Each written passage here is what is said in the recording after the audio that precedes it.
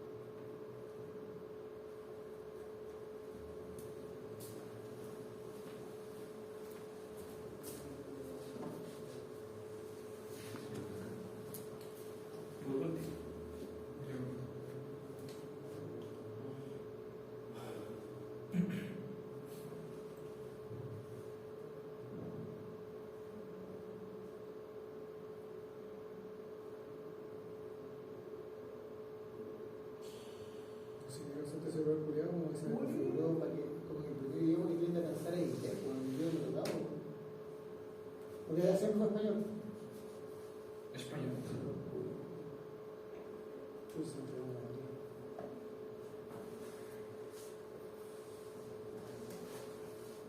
¿Por eso tú interesado acá? Bueno, lo que hago el día anterior. Me parece que tengo la duda si hay más de una tarea. Ah, no, sí, viene el sábado, sí, viene el sábado. ¿Dejó una tarea?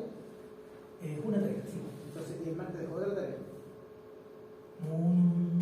Hay una tarea total, ¿no? Es una tarea que equivale a 3.3, 3.4, estoy viendo que 3.3, 3.4 es parte de las clases que ha hecho el profe. Ya. Y eso requiere 3.5 no he visto, pero dijo que iban a hacer 2 o 3 clases, 2 o 3 tareas. Ya. Una tarea no. Realmente batalla no viene. Entonces estoy un poco. Mañana no vengo tampoco. ¿No? Ah, sí, pues. Sí, tengo el 3. Sí, pero acá que yo con esto. Gracias. Oye, ¿viste lo que te mandaron? El avance. No, no me parece que lo he como. No. Yo era que hablé con ahora, porque así igual no ayuda a ella, lo voy a ir con ella. Sí, porque igual el domingo voy a seguir avanzando. Entonces,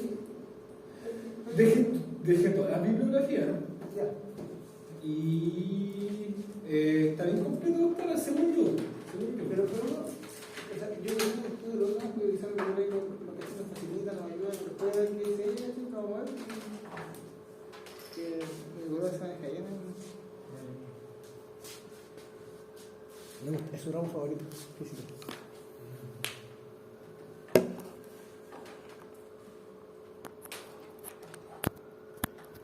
Ayer estuve tarde, así que básicamente me dio una clase, igual del profe, después de que él me las clases, y el profe así como con calma.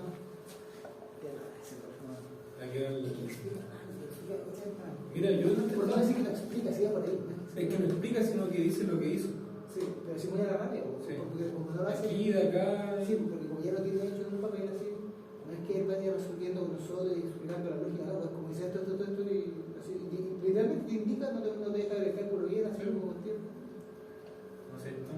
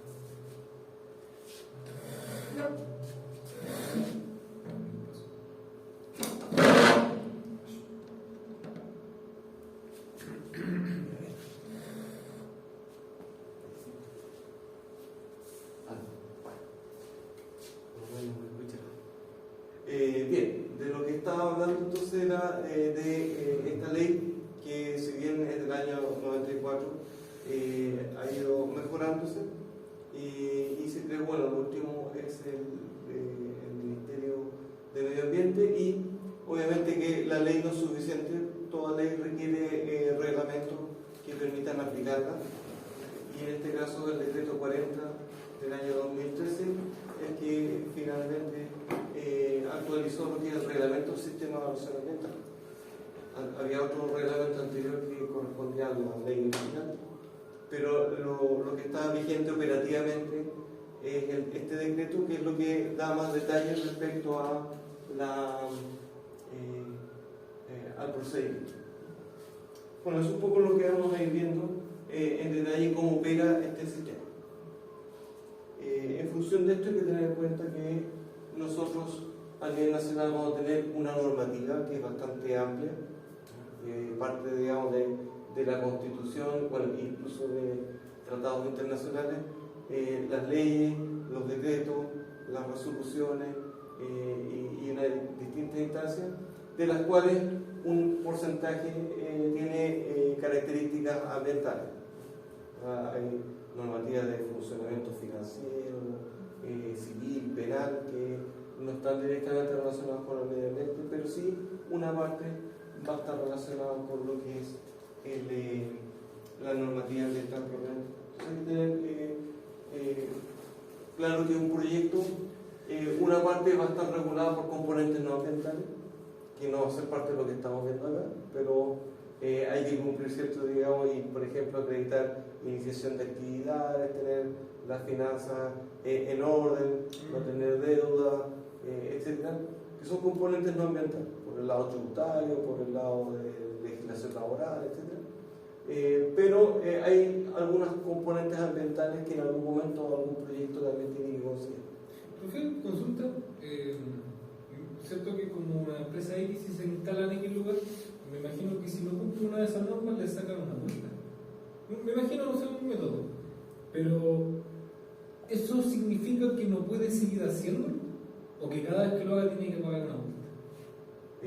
Hay distintos, bueno, depende cuál sea la multa, digamos. Por ejemplo, me acuerdo que la vez pasada usted explicó que hay empresas que botan los riles, por ejemplo. Sí. Y creo que un porcentaje de cantidad, no sé cuánto. Entonces, si se excede eso, tiene que pagar una multa, ¿cierto? Bueno, en realidad, si no cumple la normativa, debiera aplicarse una multa. Pero eso significa que no lo puede seguir haciendo, o cada vez que lo haga nos pagan una multa. La idea es que no lo vuelva a hacer. Lo que pasa es que las multas en general son progresivas. En el sentido de, bien, la primera vez que tiene una falta de tránsito, te cobran un cierto valor, pero la medida que vayas haciendo recursivo ya te van quitando la licencia por más tiempo, y el monto también va a aumentar. Bueno, en el tema ambiental, a veces cuando ocurre algún evento que no se cumple la normativa, tampoco llegaría a aplicar la multa y con eso está listo. Porque finalmente lo que se pretende es evitar que vuelva a ocurrir. Entonces, si bien cuando se detecta, de por sí debería haber una multa, pero también hay un seguimiento para asegurar de que no vuelva a ocurrir. No en este caso, digamos que simplemente se paga, es sentarse a esperar que ocurra la contaminación para ir a aplicar multas, porque la multa no va a ser suficiente para solucionar el problema. Entonces, el sistema se considera alternativa de cuando no se cumple. La empresa tiene que hacer un plan de descontaminación, de solución. Tiene que hacerlo. Tiene que hacerlo. Eso tiene que ser autorizado y con eso dar garantías que también no va a repetir. Si no puede llegar a la clausura. Exactamente. Si no cumple con ese plan se puede clausurar. Y de hecho ha habido proyectos que se han cerrado por ese motivo. Pero proyectos grandes. Proyectos grandes. O sea que de alguna forma, después cuando lo cierran, se dan cuenta que tienen que solucionarlo. Claro. Y ahí pero la otra vez estábamos analizando el caso de la celulosa en Valdivia, que tuvo unos problemas de descarga al río Cruce, bueno, se propuso las medidas de solución, pero al no cumplirla se torcieron. Estuvo cerrado un tiempo. El mismo caso de Hidronar, ¿Y qué? Hidronar, el relleno sanitario, en el que quedó la manzana, ¿Ya? porque cerraron el relleno sanitario acá, que la mayoría de los municipios acá tenían. Y, o sea, por lo que entiendo, porque en realidad yo después llegué como tarde más o menos a como estar en el tema, parece que le habían advertido de que tenían que hacer ciertas cosas para poder renovar, pues no las hicieron seguramente confiándose en que como era una urgencia sanitaria, no lo iban a aprobar igual y no lo aprobaron. No. Eso De hecho, bueno, pero si usted tuvo un día que tuvo mucha basura es porque estuvo un día sin relleno, no hubo retiro, pero se lo solucionaron rápido. Y era porque Gualper no podía. Lo que pasa es que Gualper tenía todo un deseo que tenía contrato vigente y se creó como una carrera de quién incumplía el contrato primero. Entonces Gualper no podía como buscar otro antes, tuvo que esperar como y ahí lo sacaron como en tiempo real. Sí. Bueno, y por ejemplo, en ese caso, a veces, en el caso de Chiloé, ahí hay vertederos que ya están clausurados, digamos, y actualmente traen la basura acá a Los Ángeles. ¿De Chile? De Chiloé a Los Ángeles, con el costo que implica. No Porque no existe un relleno con permisos y autorizaciones ambientales. Yo una vez fui al vertedero de Comito a hacer un trabajo cuando trabajaba en un lugar y recuerdo que ahí hacían un proceso de que dejaban la basura y después echaban tierra. Bueno, el proceso básicamente es eso, pero un poco más sofisticado, porque la idea abajo es impermeabilizarlo y después de la serie de camas con basura se asocian y se recupera el gas. Sí. Pero esa es mi pregunta, porque si eso no cumple la normativa que el Ministerio por lo menos establece, es clausurado. No hay un... O sea, no es que pasa por la cláusula, pero cuando en el fondo se puede aplicar una multa y después se soluciona que hay. Pero si el problema no lo soluciona, puede llegar a la cláusula.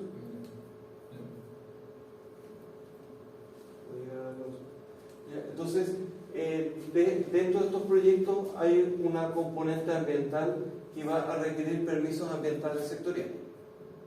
Es decir, la normativa en general, hay componentes ambientales que una parte va a estar en el Ministerio de Salud o el Servicio de Salud, en otra parte va a estar el Ministerio de Obras Públicas, en otra parte va a estar el Ministerio de Agricultura, CONAF y toda la repartición asociada. Entonces, en general, dependiendo a veces del tipo de impacto, se requieren permisos ambientales más específicos. Entonces, ahí viene que si yo necesitara solamente un permiso ambiental en una entidad, a lo mejor yo puedo ir directamente y pedir ese permiso ahí. Yo no sé, cuando quiero abrir un local de venta de alimentos, yo necesito un permiso de servicio de salud. Claro. Pero también necesito un permiso municipal, Claro. por la parte tributaria. Claro. Entonces ahí después empieza un poco, bueno, como tengo que pedir permiso en la municipalidad, dicen, no, primero necesitamos el permiso del servicio de salud y el otro, primero el de la municipalidad. Entonces ahí hay que ponerse de acuerdo. Claro. Y eso que hay son dos.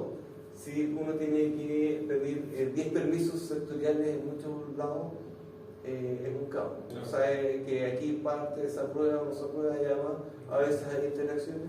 Entonces lo que se busca acá es poder seleccionar distintos niveles, en el cual efectivamente lo más básico es tomar un permiso sectorial, en que yo necesito ir al servicio de salud, pedir el permiso, o a la Dirección General de Agua y pedir el permiso específico. Pero si yo tengo muchos permisos, yo a lo mejor, implica que el proyecto ya también es de mayor cuantía. Profesor, disculpe. ¿Sí? Sobre eso mismo que te está hablando, hay algunos proyectos que son prioridad y va sobre el impacto ambiental. No debería. ¿Por qué? Porque, por ejemplo, yo recuerdo que hace un tiempo estaba el problema en Hualpén, que estaban con el tema del... ¿cómo se llama? Esa parte de Hualpén.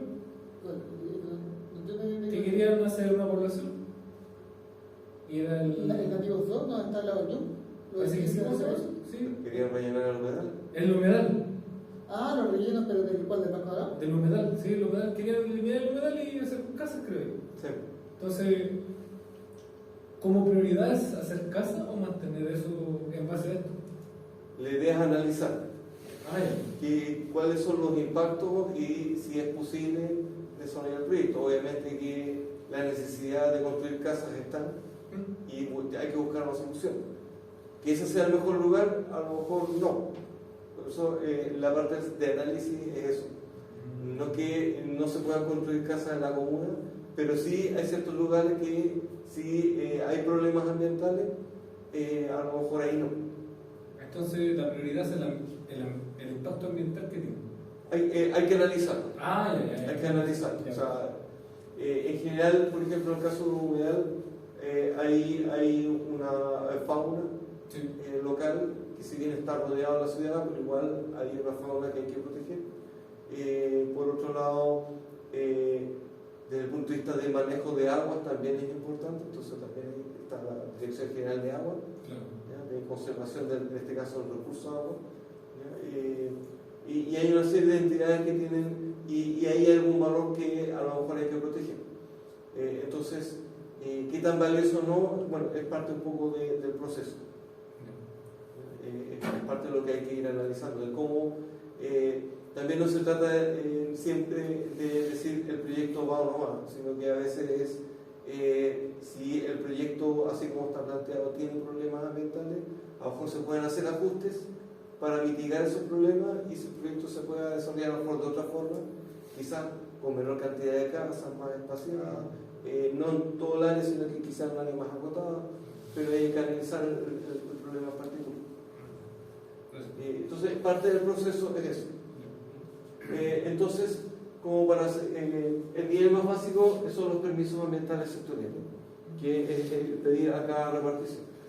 Cuando lo que hace uno cuando tiene muchos permisos que tramitar, en realidad la ventaja de ingresar al sistema de evaluación ambiental es que uno ingresa el proyecto a una entidad y esa entidad, que en este caso es el Servicio de Evaluación Ambiental, hace las consultas a todas las reparticiones.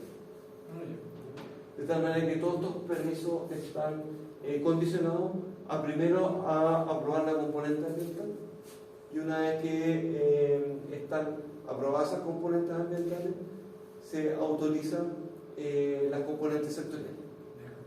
Pero el proyecto se presenta una vez. Yo no tengo que estar uno por uno diciendo no, que en realidad tengo que esperar a la respuesta del otro, no, ahí se coordina y se ingresan al sistema.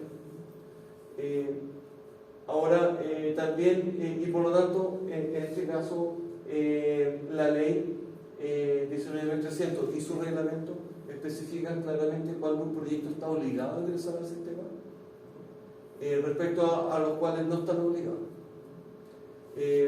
Bueno, no sé, si uno quiere hacer, no sé, o sea, un local de un kiosco, digamos, para hablar de un proyecto pequeño, no vamos a tener que ingresar al proyecto de impacto ambiental.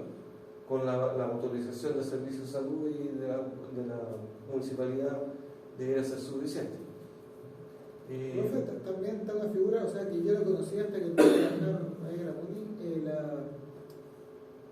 se me fue el concepto, lo tenía, consulta de pertinencia, para evitarse como tanto la E como la D, digamos, nunca la mencionan, digamos, en el reglamento sello, como...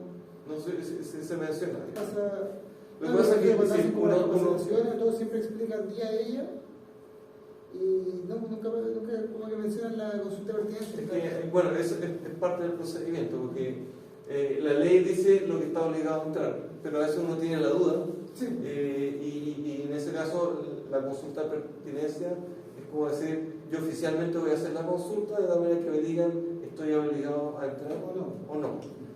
En algunos casos la ley es clara y por lo tanto ahí por mucho que yo no quiera entrar, la duda podría venir después respecto a si es estudio de divulgación. Sí, me parece que en el fondo al final la consulta de pertinencia igual son un poco como por si pasa. ¿Sí? Exactamente. Con la esperanza de que...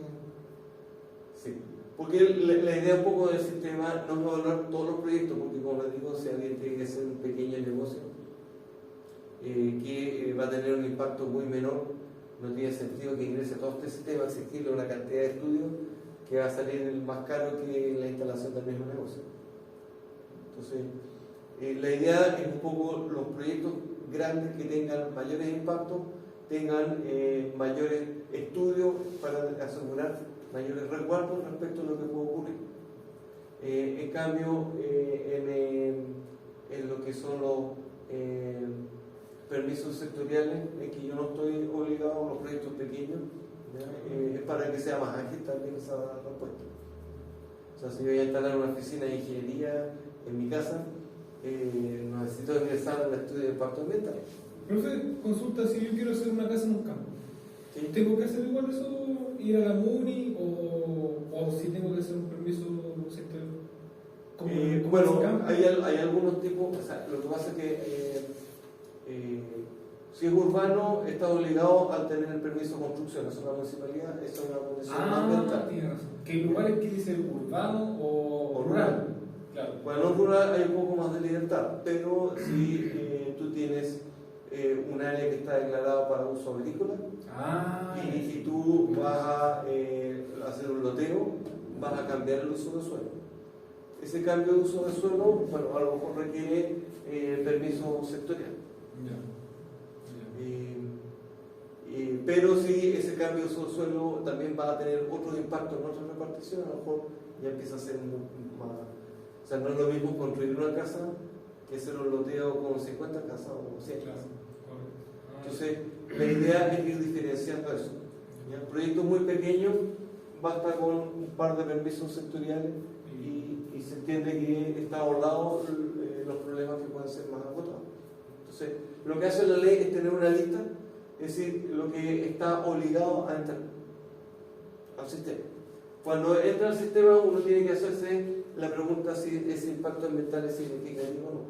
Si el impacto es importante, normalmente los grandes proyectos, no sé, si habría que construir otra planta de refinación de petróleo, necesitaría, en este caso, tienen impactos importantes. Bueno, pasó ahora con la planta regasificadora en Pesco, que después de más de 10 años se logró aprobar la evaluación de impacto ambiental, porque ahí se exigieron bastantes estudios, bastante rigurosidad, modelos, etc. Es que no basta hacer algún estudio teórico, sino que hay que ir a tomar datos del terreno, entrevistar a las personas, quiénes van a ser impactados o no. Porque al tener impacto significativo requiere mucho más cuidado. Entonces, el estudio es como el elemento que nos permite recoger mucho más información con mayor precisión y poder tomar una mejor decisión. Si no tiene impactos ambientales significativos, pero igual por su tamaño está obligado, en este caso basta con una declaración, que en el fondo es hacer como un preestudio más declarativo, en el sentido que la empresa se compromete a no contaminar, indica más o menos qué medida asegura que no van a tener impacto significativo. Y también ahí le ayuda al estar dentro del sistema que quede claro cuál es la normativa por la cual va a ser fiscalizado. Entonces, bueno, obviamente que como esto es más sencillo que esto otro, siempre un poco la consulta de pertenencia ayuda un poco a salir de duda, porque el tiempo de estudio es muy distinto. Aquí podrían ser 6 a 12 meses y acá puede ser 2 años o más. Y por lo tanto eso tiene costos distintos. Entonces nos falta que no pregunta y presenta la guía y se rechaza. Por lo menos ahora ahí se hace un proceso de admisibilidad y ahí si alguien ingresa a la guía y se detecta que hay impactos insignificativos, se le dice, se lo rechaza sin entrar tanto al fondo o si falta información y se le exige lo que corresponde. Y si bien la ley deja algunos proyectos afuera, los menores, cuando uno ve que por muy pequeño que sea el proyecto, a lo mejor requiere muchos permisos sectoriales, yo voluntariamente podría ingresar al sistema. O sea, si yo quiero presentar un estudio, tengo la libertad de hacerlo aunque no me obliga la ley. Pero si la ley me obliga, sí o sí tengo que presentar. Entonces eso es lo que de alguna forma hay que tener en cuenta cuando uno toma esta decisión. Entonces hay proyectos exigibles. Por ejemplo, el artículo 10 la que menciona qué elementos son exigibles. Por ejemplo, todos los acueductos, canales, embalses, tranques, sifones, ahí lo hablan en términos generales. El reglamento después especifica qué tamaño es el acueducto. Porque si uno tiene, digamos, una bajada de agua lluvia, esa canaleta también se puede considerar un acueducto, pero formalmente, por la magnitud, no tiene sentido ingresarlo como proyecto. Entonces, ahí después eso se llega a cuantificar de cuánto sí es un acueducto, pero sí, si uno tiene un acueducto, tiene que considerar. Lo mismo en el embalse, también depende del tamaño del embalse. Si uno tiene una piscina, no puede considerar con un embalse y no es así.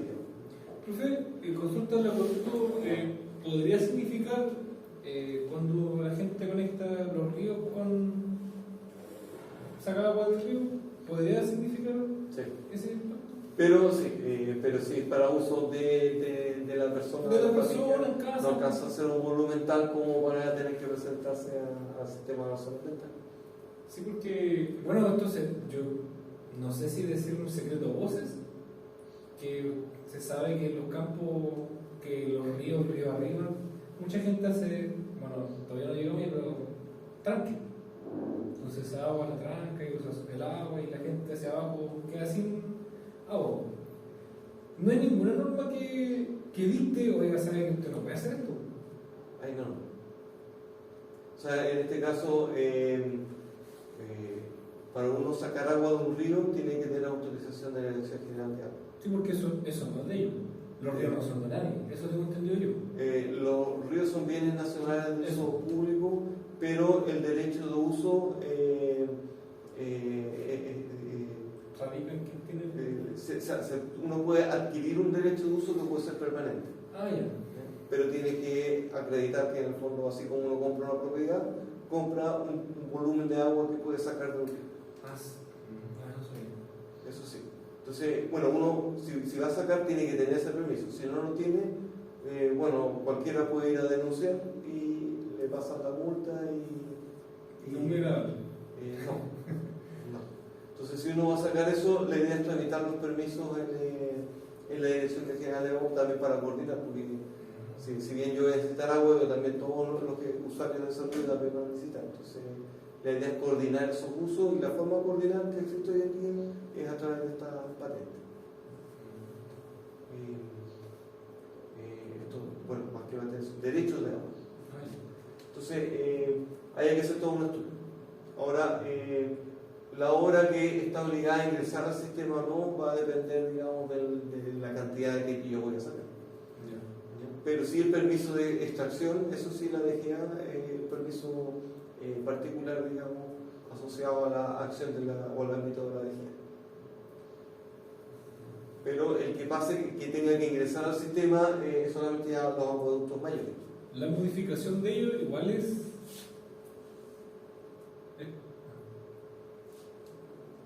La La modificación. modificación de ello igual es penado por la norma. Sí. Porque eso sí, sé yo que la modificación del río puede conllevar a un desborde, a peligro. Cualquier intervención que haya en el río es resorte es resorte, digamos, de la Dirección General de Agua y la Dirección de Obras Hidráulicas. Esas dos entidades que dependen del Ministerio de la Pública son las que se encargan, digamos, de velar, digamos, por el buen uso de los cauces. Uno en cuanto al agua y otro en cuanto a la condición del cauce. Entonces, eso que uno tenga, digamos, un terreno que colinde con un río y dice, yo voy a empezar a tirar escombros para... No, eso no está autorizado, digamos, o requiere autorización. Requiere su autorización, no es llegar y hacerlo. ¿Sabes, profe? La vez pasada igual tuvimos problemas con los computadores. No sé si los computadores que entregan están malos. No. Sí, yo creo que sí, la otra vez me pasó algo parecido, lo que hace hacer la casa, pero ahora no. Ahora no se desconecta.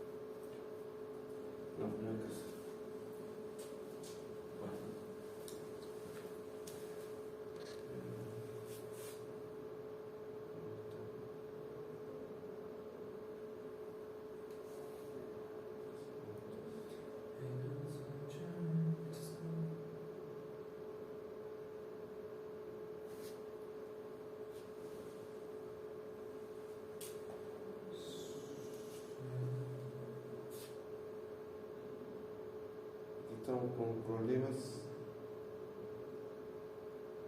con el computador. Por eso, vamos a ver qué pasa.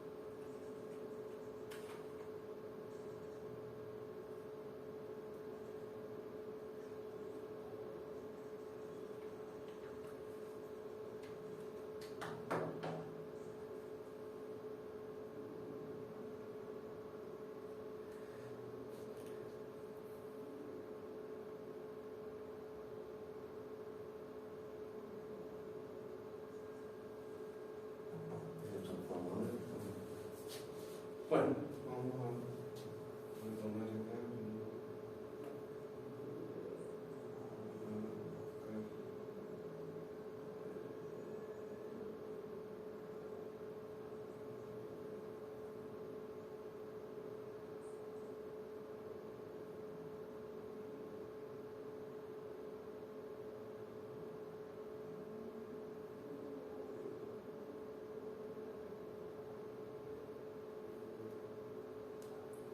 Estamos en clase 3.4. Vamos a ver el archivo. 3.4.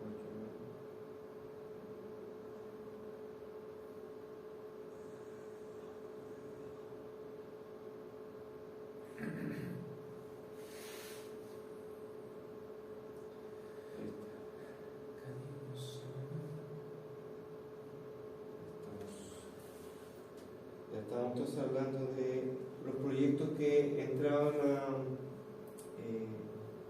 al sistema. Entonces, por ejemplo, la ley hablaba de acueductos, embalses, tanques y sifones. En el caso del decreto, que es más específico, cuando habla de embalses, después específico, que son las presas cuyo muro tenga una altura superior a 5 metros o que almacenen más de 50.000 metros cúbicos. Es decir, si yo tengo un estanque de acumulación de agua lluvia que tiene 30.000 metros cúbicos y con un muro de 3 metros, no necesito, en este caso, ingresar al sistema.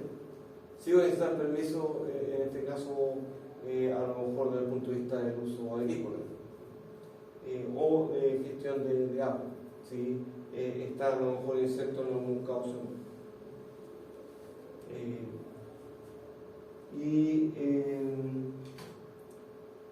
O también la ley especifica la ejecución de obras o actividades que puedan significar una alteración de componentes bióticos, interacciones o flujos ecosistemas de humedales dentro del límite urbano. Es el tema que hablamos de Walpen, que en este caso construir casas dentro de un humedal, cabría dentro de esto, tendría que ingresar al sistema.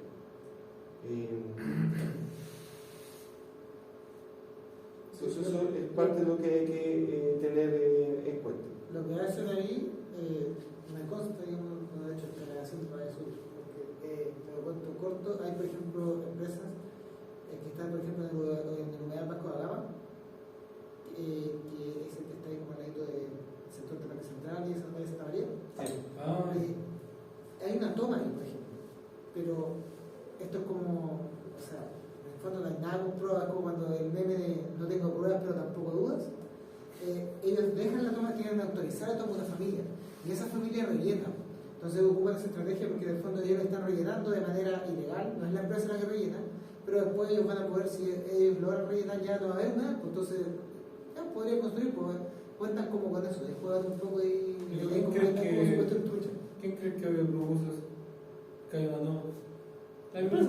Por eso lo estoy diciendo.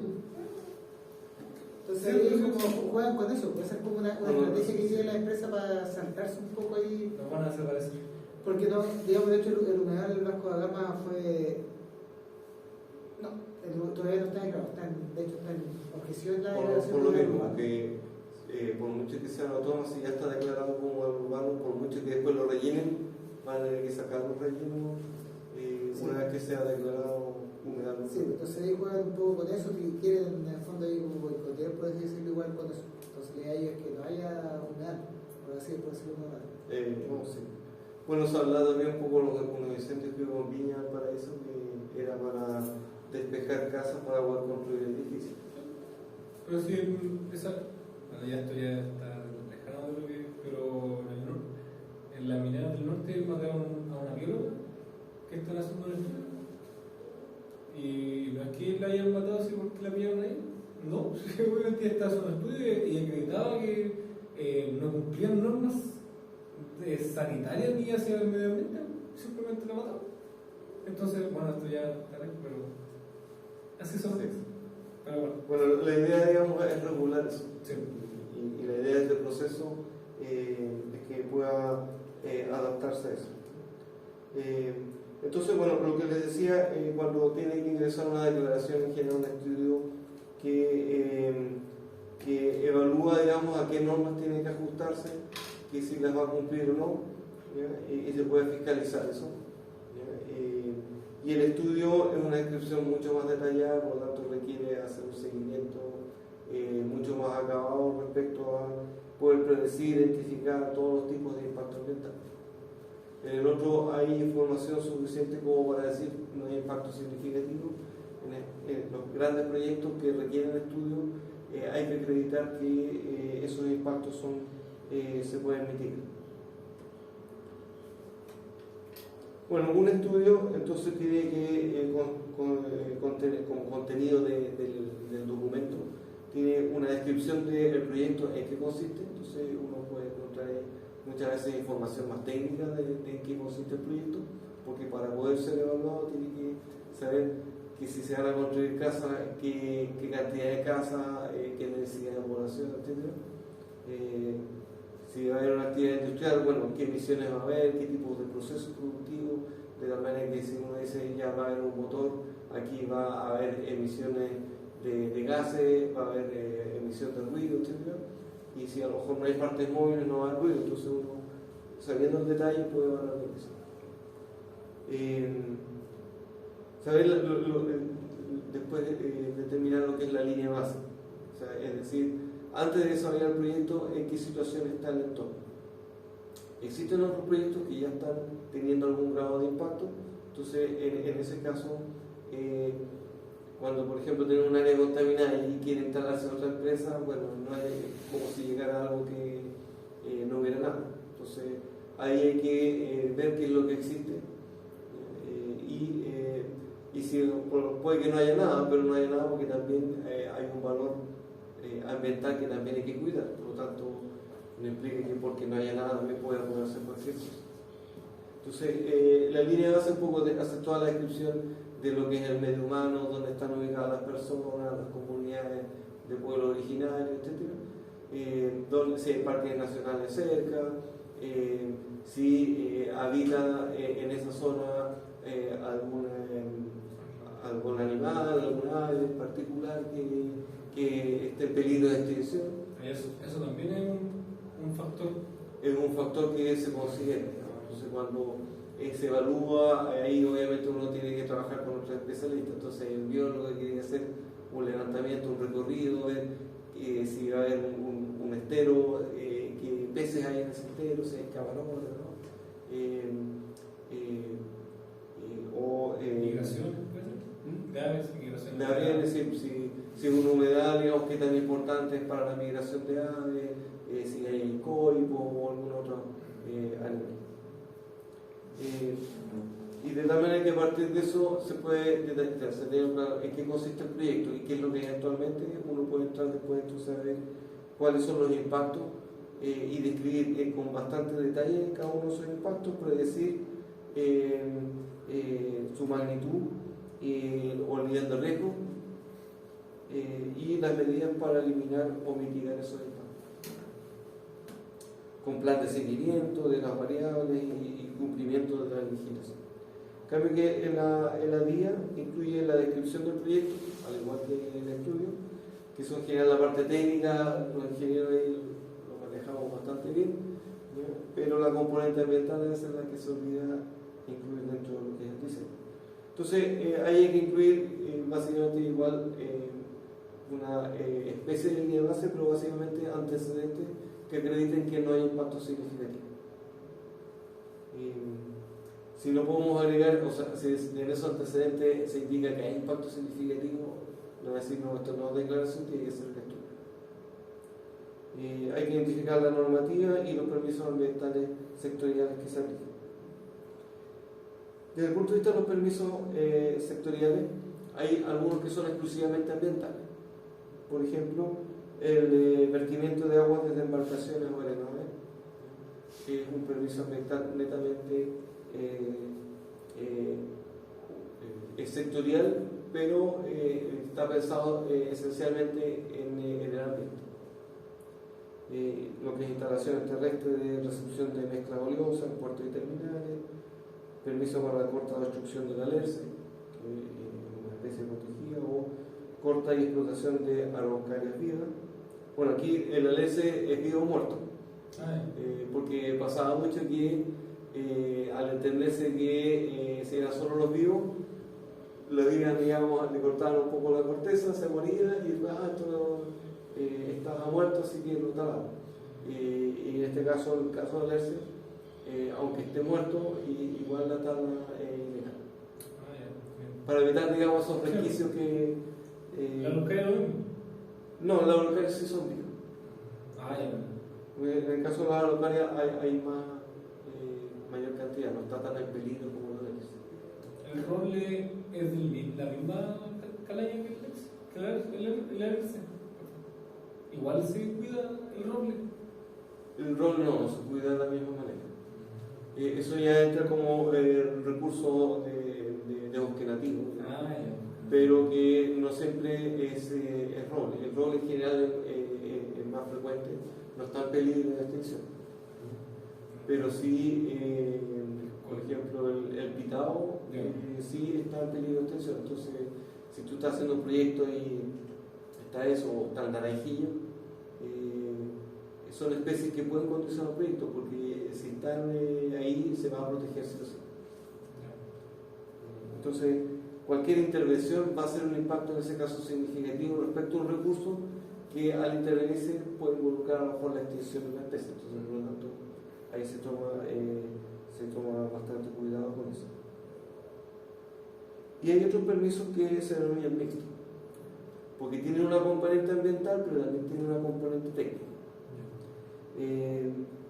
Por ejemplo, para trabajos de conservación, reparación o restauración de monumentos históricos, no llega a intervenirlo, o sea, tiene una componente ambiental por los aspectos socioculturales, pero también aspectos técnicos, en este caso radicados en el Consejo de Monumentos Nacionales. Y de hecho pasó aquí cuando en el Parque Ecuador estaban haciendo esta zona de juegos de agua. Había un monumento ahí al lado, entonces dije, ya, lo vamos a correr un poco para operar y esté seguro y después volver a poner. No, al ser un monumento reconocido como monumento nacional, no llega, o sea, por mucho que se quiera proteger, pero tiene que ser por la supervisión del Consejo de Monumentos Nacional.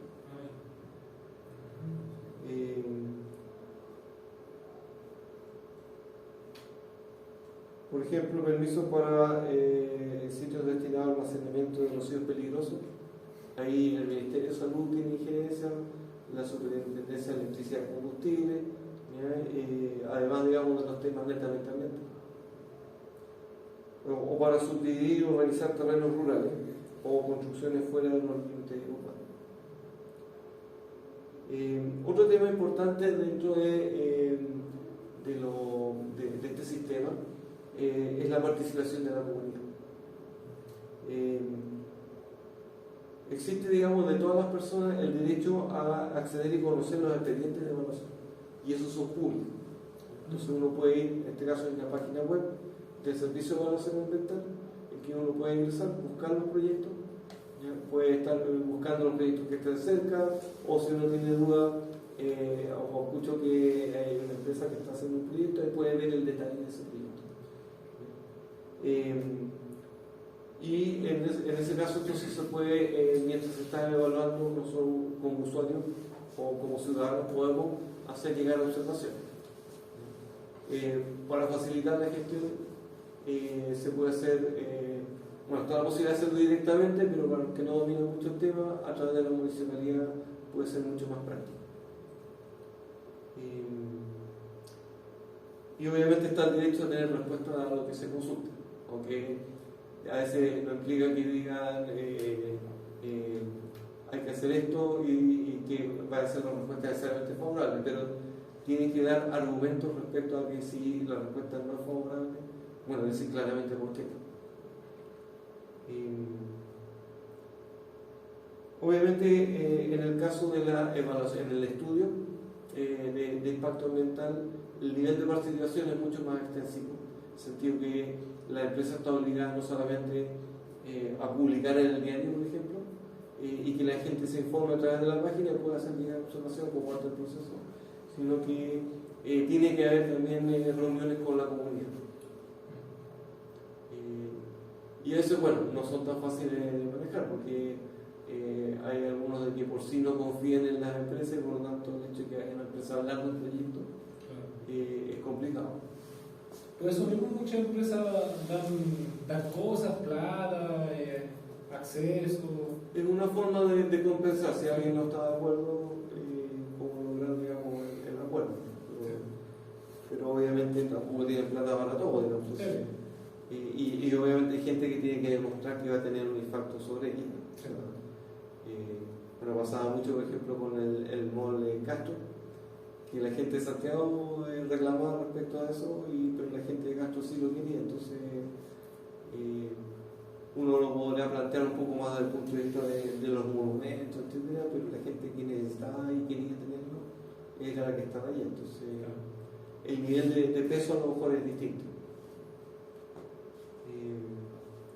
Obviamente que si hay intervención o afectación a los pueblos indígenas, sí o sí se requiere hacer consulta. Y por lo tanto, bueno, eso también genera cierta complicación. ¿Cuál debe ser el reglamento? Se tenía su propio reglamento en la parte del 66, no puedo acordar, hace tiempo que... Sí, hay que ver porque a veces se van actualizando y a veces cambian los nombres. Pero eso.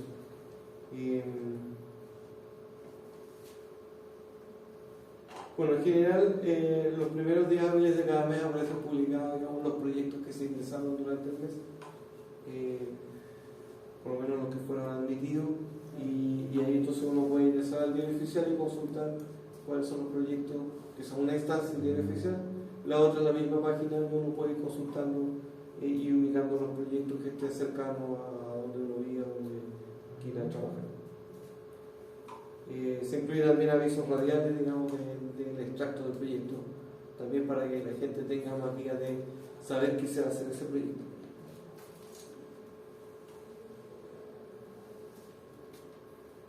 Bueno, eso es lo que iba a plantear hoy día, y lo que hay que hacer ahora es un poco la continuación del trabajo de la semana pasada, es que teníamos un caso en el cual estábamos determinando impactos ambientales y después lo mismo agregar para los 3 principales impactos, proponer medidas de mitigación. La idea es ahora ver si... ¿Solo de mitigación? Mitigación, sí. O evitar que se produzca, digamos... Sí, o sea, puede ser de prevención y mitigación. Sí. La compensación no sirve. Solo eso sería, digamos, cuando tú ya no puedes mitigar el problema. No, pero por eso pregunto, pero para tareas solo mitigación y prevención. O sea, habría que priorizar eso. Ya. hacer eso. Bueno, la idea ahora es, este sería otro trabajo, pero bajo el mismo caso, en el cual hay que revisar que dadas las características que se dio el proyecto, si es necesario, si está en la lista de la ley, entonces en la plataforma está la ley 19.300, el artículo 10, ahí ven si especifica que para ese tipo de instalación requiere ingresar al sistema. En el fondo, a veces uno puede ir a hacer la pertinencia, digamos, al servicio, digamos, pero en eso igual se debe responder. Cuando a veces es claro que si está en la ley hay que ingresar sí o sí. Cuando a veces está muy en el límite, no sé, si el límite es 10 y le pone 9,99, ahí uno igual queda con la duda, porque al final igual pudiera exigirse si se acredita que hay impactos en el o que a veces se fracciona el proyecto y por lo tanto al estar fraccionado va a decir no, que esto no cabe dentro de la ley, pero si en el fondo uno ve el proyecto completo, que por mucho que digan esto va a ser en etapa, es el mismo proyecto. Entonces parte de lo que por ahora habría que ver, por lo menos si la ley obliga a ingresar el proyecto que estamos hablando. Y mañana ya vamos a ver un poco, digamos, la continuación de esto para cerrar la segunda parte del caso. O sea, en este caso, a partir de, digamos, del proyecto que está planteado, o sea, vamos a hacer dos trabajos. Uno con respecto netamente a identificar cuáles son los impactos y las medidas de mitigación, principalmente. Y después está otro que va orientado a poder determinar ya. Este proyecto yo tengo que ingresarlo al sistema o no tengo que ingresarlo, que es un poco necesitar la ley o no. Y después con lo que vamos a ver mañana podemos decidir si está obligado, va a ser un estudio de declaración. Vamos a ir viendo con más detalle ese tema.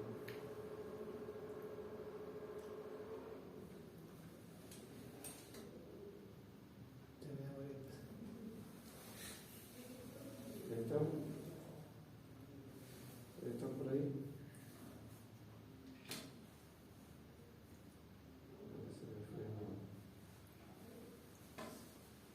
Así que lo que queda en el resto es ir viendo, bueno, cómo va el trabajo. Profesor, una consulta, ¿la etapa 1 y la etapa 2 se envían como reglamento o todo junto?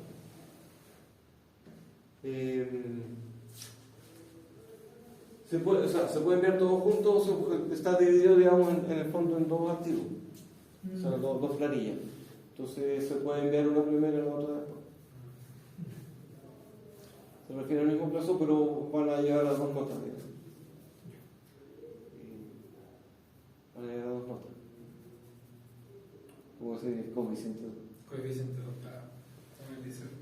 Pero en este caso tienen preguntas distintas y está interesante. Podría ser. O sea, pueden hacer dos notas distintas. Como el día sábado, usted dijo que va a ser un trabajo equivalente a 3 trabajos. ¿Esto es común? Sí, por eso, de hecho, la clase que hicimos el sábado y el martes, ahí con eso tenemos la primera parte del trabajo, que tiene una nota, y lo que vemos hoy día y mañana va a tener la otra parte de la nota.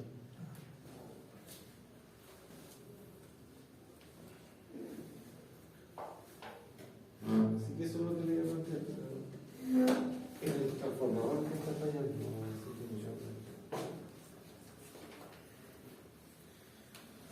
¿Y no es la entrada del computador? Creo que cuando logras conectar, empieza a chicharrar aquí y ahí se apaga. Llega adentro.